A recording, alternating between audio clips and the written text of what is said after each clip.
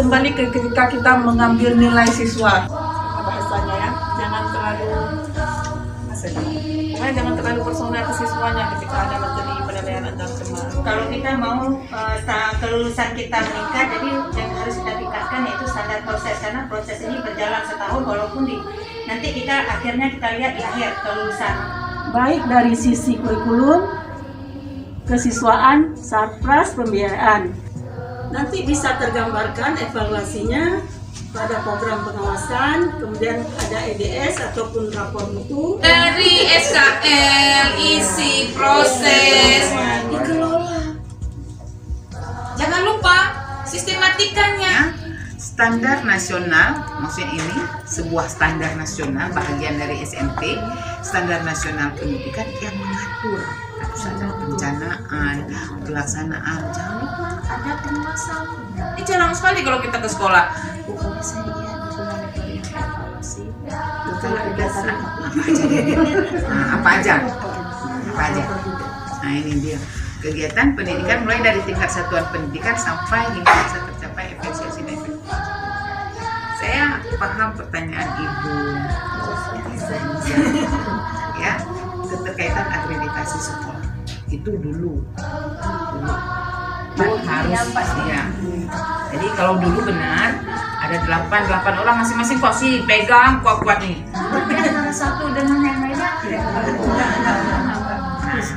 maunya kita untuk tim pengembang itu semua standar itu dia kuasai.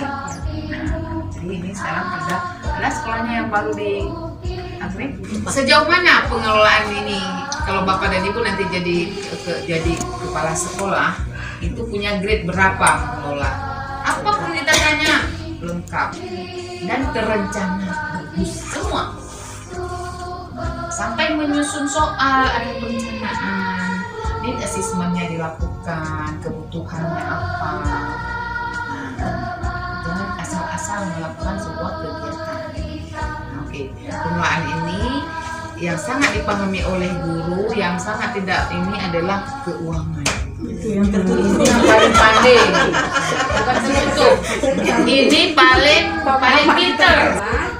Keberadaan kepala sekolah yang menerima pengawasan, dan yang keenam adalah pertanggungjawaban keuangan sekolah. Bukan inspektorat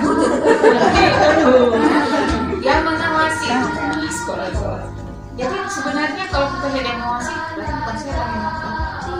Jadi pada saat nanti pada tim turun dari eksternal, di sana ada inspektor siang, inspektorat, Anda yang pendamping jawab dan bendahara. Mana Permendiknasnya? Pemerintah masyarakat swadaya dan sumber lain. Tapi caranya, nah Ibu backup ada Pak Geci. Kemudian anggota masyarakat, wali murid ini sudah saya atur sedemikian rupa. Untuk guru kelas saja segini. Bagaimana caranya? Bantu saya.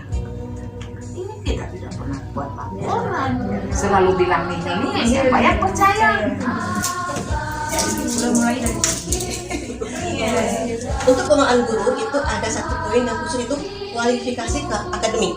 Ada bagiannya lagi itu pendidikan formalnya bagaimana. Yang kedua kompetensi guru. Inti kalau di awal kan seperti di awal.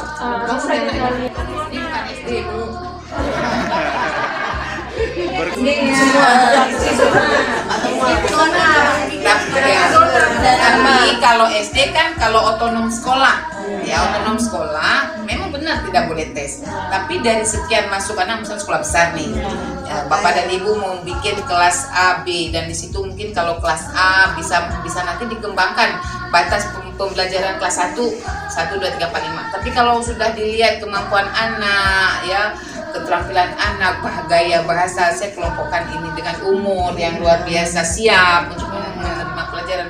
Nah, jadi ajarnya jangan sampai 5. 1, 2, 3, 4, 5, 7. Yang terstandar anak-anaknya 1, 2, 3, 4, 5. Artinya kita ada bibit unggul di sekolah.